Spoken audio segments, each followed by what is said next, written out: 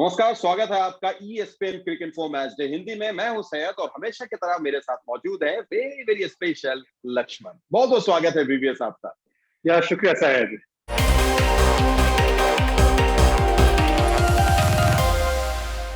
अक्सर कहा जाता है कि पेड़ की जड़ जितनी मजबूत होगी, पेड़ उतना हरा भरा रहेगा और फल भी बहुत ज्यादा मीठा देगा, अच्छा देगा। और VVS कुछ ऐसा ही इंग्लैंड के साथ है, जहां पर जो रूट इतने ज्यादा मजबूत हैं कि उनका तो कोई तोड़ ही नहीं है, बल्कि हम यूं कहें कि एक तरफ रूट और दूसरी तरफ पूरे भारतीय 11। जी हाँ, बिल्कुल। देखिए, दिग्गज बल्लेबाज है जो रूट, और दिग्गज बल्लेबाजी की वो निशानी होती है कि जब भी पर्पल पैच चल रहा है, जब भी अच्छे फॉर्म में है, उसका जरूर फायदा उठाते हैं। और ये साल लाजवाब रहा जो रूट के लिए। और अब तो काफी मैचेस भी बाकी है इस साल में। तो देखिए, श्रीलंका में जो श्रृंखला इंग्लैंड की टीम ने जीता, उसका मुख्य कारण है जो रूट द कैप्टन और जो रूट द बल्लेबाज। इंडिया में भी पहले टेस्ट मैच में उन्होंने दोहरा शतक बनाया, और जिस तरह इस सीरीज में अब तक 3 इनिंग में उन्होंने क्या शानदार बल्लेबाजी की, मजा आ गया देखकर। और जरूर जो उम्मीद है इंग्लैंड के समर्थक, उनकी उम्मीद को एकदम जो बोलते हैं ना, फेथ जो दिखाते हैं इंग्लैंड के फैंस, वो फेथ को निभा रहे हैं जो रूट। क्योंकि दूसरे जो बल्लेबाज है उतने अच्छे फॉर्म में नहीं है। जरूर जॉनी बेस्टो का फॉर्म अच्छा लगा, थोड़ा मोइन अली भी थोड़े रिदम में नजर आए। लेकिन अगर जो रूट का इनिंग्स को आप निकाल देंगे, तो कितना दबाव बन सकता है उस इंग्लैंड के बैटिंग लाइनअप के ऊपर। तो शानदार एक बार फिर कैप्टेंसी का नॉक देखने को मिला जो रूट के बल्ले से। उन सारी चीजों के बीच में एक जबरदस्त आंकड़ा, अगर टीम योगदान की बात करें तो 2021 में इंग्लैंड की तरफ से अब तक के जितने भी रन बने हैं, 4,339 रन बने हैं, उसमें से 28.67% रन जो रूट के बल्ले से आए हैं। यह दर्शाता है इस खिलाड़ी की ताकत, कुव्वत।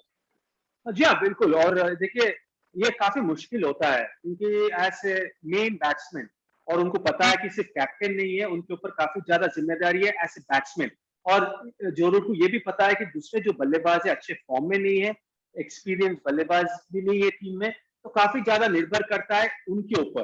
लेकिन एक बार भी ऐसा लगा नहीं कि थोड़ा वो शेल में चले गए या अपना स्वाभाविक गेम खेलना बंद कर दिए। तो इसी वजह से महान बल्लेबाज है। तो महान खिलाड़ी की यही निशानी है कि जब टीम को जरूरत है और जब अच्छे फॉर्म में है, विपक्षी टीम और विपक्षी गेंदबाज के ऊपर आप हावी हो जाते हैं। और इस सीरीज में अब तक कोई ऐसा लगा ही नहीं, एक भी बॉलर लगा नहीं जो जोरू को तकलीफ पहुंचा सकता है। आज तो देखिए, इस इनिंग्स में तो इतना कंट्रोल के साथ उन्होंने बल्लेबाजी की, ऐसा लगा ही नहीं कि कोई गेंदबाज उनको आउट कर सकता है।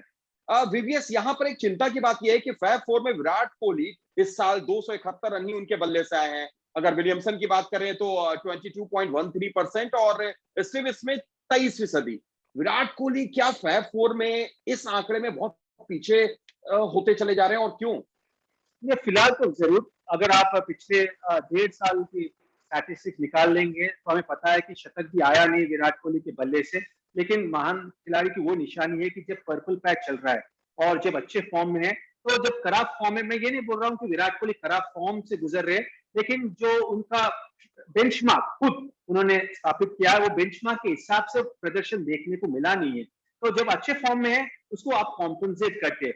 और अगर ये 4 फैब फोर के खिलाड़ियों के बारे में बात कर रहे, बल्लेबाजों के बारे में बात कर रहे, तो पिछला 1.5 साल जरूर अपने पोटेंशियल के हिसाब से विराट कोहली ने बल्लेबाजी की नहीं। क्योंकि कौन से भी विकेट के ऊपर, किसी भी कंडीशन के ऊपर आप चाहते हैं कि विराट कोहली जैसे दिग्गज होनार बल्लेबाज हर एक 4 या 6 इनिंग्स में एक शतक बनाए, लेकिन वो शतक नजर नहीं आया। तो उम्मीद करते हैं कि जो दूसरा इनिंग है वो शुरू कर सकते हैं। और विराट कोहली की निशानी और खास बात यह है कि एक बार शतक लग गया तो लगातार एक के बाद एक शतक देखने को मिलेगा उनके बल्ले से। ये हमने पहले भी देखा है।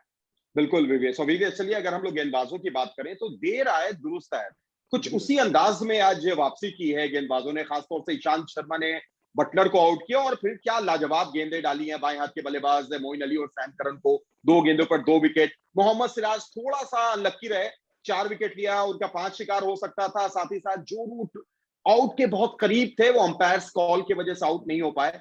तो ईशांत और सिराज, क्या वापसी कराई इन्होंने भारत के लिए? जी हाँ, बिल्कुल। देखिए, सबसे पॉजिटिव मुझे लगा कि जिस तरह सिराज, कल भी हम बात कर रहे थे, जिस तरह सिराज ने गेंदबाजी की, क्योंकि हमें ये याद रखना पड़ेगा कि युवा है उनका टेस्ट करियर, ऐसा नहीं कि ज्यादा अनुभवी गेंदबाज है, लेकिन वो इंटेंसिटी, वो एनर्जी, और देखिए गति में बिल्कुल परिवर्तन हुआ नहीं। उनका पहला ओवर में जो गति से वो गेंदबाजी कर रहे हैं और उनका आखिरी ओवर में भी जो जिस गति से वो गेंदबाजी कर रहे हैं, उतना परिवर्तन है, उतना बदलाव देखे नहीं हम।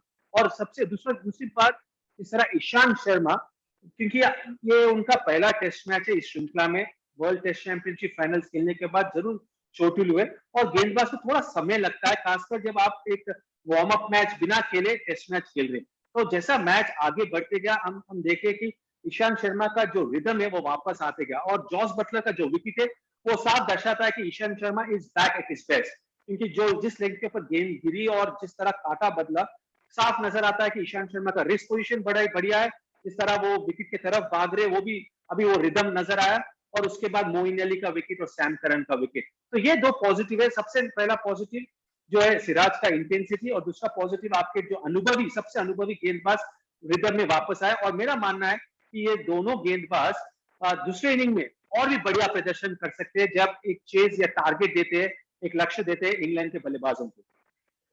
लेकिन वीवीएस, इसी बीच में अगर हम गेम प्लान की बात करें गेंदबाजों की, तो थोड़ा सा निराशा भी हाथ लगी, खासतौर से अगर बुमराह की बात की जाए। विकेट लेस रहे हैं, पिछले मैच में 9 विकेट और इस पारी में विकेट लेस, साथ ही साथ 11 नो बॉल एक पारी में आप गेंदबाजी करते हैं। जब जेम्स एंडरसन बैटिंग कर रहे हैं तो आप सिर्फ बाउंसर की तरफ जा रहे हैं, आपकी जो ताकत है यॉर्कर्स वो नजर नहीं आई। तो क्या यहाँ थोड़ा सा ऐसा लगा कि शायद कुछ जो बढ़त है, जो 27 रन, वो कम हो सकती थी अगर गेम प्लान सही रहता? नहीं, मुझे लगा कि गेम प्लान तो सही था, लेकिन जसप्रीत बुमराह जितना हम उनसे उम्मीद करते हैं, आज मुझे लगा कि वो विकेट कॉलम खाली है, और हमेशा चर्चा होने ही वाली है, क्योंकि जसप्रीत बुमराह एक जबरदस्त तेज गेंदबाज है, और हमेशा हम चाहते हैं कि वो विकेट ले।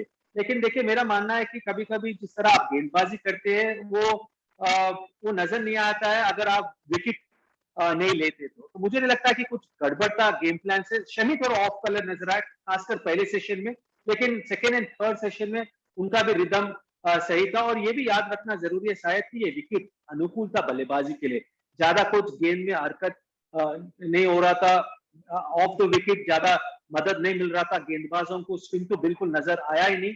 और बात रहा जो जो आप बात कर रहे थे, जिमी एंडरसन, कभी कभी ऐसा होता है कि जिमी एंडरसन एक दिग्गज गेंदबाज है और अच्छे फॉर्म में, तो एक रणनीति बनाते हैं कैप्टन और बॉलर कि जिमी एंडरसन के खिलाफ हम थोड़ा इंटिमिडेटिंग स्पेल करेंगे, उनको एक के बाद एक बाउंसर्स के ऊपर हम ज्यादा ध्यान देंगे, क्योंकि ये अक्सर होता है, क्योंकि अंतरराष्ट्रीय क्रिकेट है तो आप जो है रुथलेस क्रिकेट खेलना पसंद करते हैं। लेकिन नो बॉल का जो है उसके ऊपर तो काम करना पड़ेगा, क्योंकि 11 नो बॉल और ओवरऑल 17 नो बॉल, देखिए ये शोभा नहीं देता एक अंतरराष्ट्रीय बॉलिंग लाइनअप को, क्योंकि नो बॉल आपके कंट्रोल में है। और अगर आप 17 नो बॉल्स करते हैं वो भी एक इनिंग में, एक तो ओवर रेट स्लो हो जाता है, और दूसरा आज इस इनिंग में नजर नहीं आया, कभी कभी नो बॉल में अगर आप विकेट लेंगे और नॉट आउट दिया जाता है, क्योंकि नो बॉल में बल्लेबाज आउट हुए तो भी रूल है कि आउट आप नॉट आउट रहेंगे। तो कभी कभी वो मैच का जो रुख है और मैच का जो रिजल्ट है उसके वजह से बदल सकता है, हमने इतिहास में देखा है ऐसा होते हुए। तो नो बॉल के ऊपर जरूर काम करना पड़ेगा जसप्रीत बुमराह को। बिल्कुल, और ओवरऑल जो आपने जिक्र किया 17 नो बॉल्स का, बिल्कुल एक्सेप्टेबल नहीं है, एक्सेप्टेबल नहीं है। 27 की आपके पास से बढ़त आपने दे दी, तो अगर ये 17 रहते तो भी बढ़त सिर्फ 10 रहती है। 10 रहती तो शायद उसको हम लोग माइनस करके ही चलते और सोचते कि अब पहली इनिंग बिल्कुल खत्म हो चुकी है, जो भी खेल होगा वो दूसरी इनिंग का होगा। यही मेरा अगला पॉइंट भी है विवेक साहब से कि अब चौथा दिन, हालांकि अब तक तीसरे दिन तक पिच बहुत अच्छा खेली है, कहीं से वेयर एंड टेयर नजर नहीं आ रहा है, ऐसा नहीं लग रहा है कि कोई गेंद नीचे रह रही है, कोई गेंद ऊपर रह रही है। चौथा दिन कितना अहम होगा, पिच कैसे खेलेगी, भारत का क्या लक्ष्य होगा, इंग्लैंड क्या सोचकर गेंदबाजी करने उतरेगा? देखिए पिच तो मेरा मानना है कि अनुकूल रहेगी बल्लेबाजी के लिए, जैसा आपने बोला कि ज्यादा वेरिएंट केयर भी नजर नहीं आया, एक्स्ट्रा बाउंस भी नहीं है, असमतल उछाल भी देखने को मिला नहीं, या गति भी एकदम धीरे गति से गेंद बल्ले के ऊपर आ रही है, और कैरी भी नहीं है इस विकेट के ऊपर। उसका मतलब है कि गेंदबाज को थोड़ा मेहनत करना पड़ेगा इस विकेट के ऊपर अगर बल्लेबाज को आउट करना है। तो उसका मतलब है कि अगर पूरा दिन कल खेलेंगे भारत और 90 ओवर्स खेलेंगे, तो इवन 3 रन पर ओवर अगर वो बनाएंगे, उस रन रेट के साथ वो खेलेंगे, तो 270 रन तो बना लेंगे। तो मेरा मानना है कि फिफ्थ डे और 4th इनिंग्स में कुछ भी 270 और 280 के ऊपर अगर आप लक्ष्य देंगे इंग्लैंड को, तो वो दबाव, स्कोरबोर्ड दबाव से आपको एक्स्ट्रा विकेट भी मिल सकता है और हमेशा वो दबाव बल्लेबाज के ऊपर नजर आता है। तो 250 तो मिनिमम है, लेकिन अगर 270 और 280 के बीच में अगर लक्ष्य है, टारगेट है, तो मजा आ जाएगा। रिजल्ट भारत के पक्ष में जरूर जा सकता है। सही कहा आपने। 270 प्लस का मतलब है कि एक मजेदार मैच, कंडीशन अप्लाई के साथ, क्योंकि 5वें दिन अगर बारिश ना हो, उम्मीद तो यही शुभ रहेगी। शुभ बात करिए प्लीज, बारिश के बारे में प्लीज मत बोलिए आप। बिल्कुल भी सही कहा आपने। हम उम्मीद भी करेंगे कि ऐसा कुछ ना हो और मुकाबला हो भारत के पक्ष में ही। अगर रिजल्ट आए तो सोने पे सुहागा। बहुत बहुत शुक्रिया हमारे साथ जुड़ने के लिए और तमाम बातचीत करने के लिए वीवीएस। या थैंक यू वेरी मच।